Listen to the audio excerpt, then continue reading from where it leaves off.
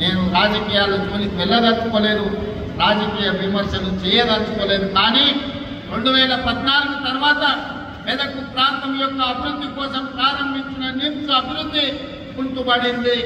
ఈనాడు నేను ముఖ్యమంత్రిగా బాధ్యతలు చేపట్టిన తర్వాత సోదరులు దామోదర రాజనరసింహ గారు నా దగ్గరికి వచ్చి ఈ పారిశ్రామిక వాడలో ప్రజలకు అన్యాయం జరిగింది, భూ సేకరణలో వాళ్ళకు నష్టం జరిగింది, ఎస్సీలకు అసైన్మెంట్ పట్టాలకు 2.5 లక్షలే ఇస్తున్నారు, భూమి పోయిన వాళ్ళకు 5 లక్షలే ఇస్తున్నారు, వాళ్ళకు పెంచాల్సిన అవసరం ఉన్నదని సోదరుడు దామోదర రాజనరసింహ గారు నా దృష్టికి తెచ్చింది.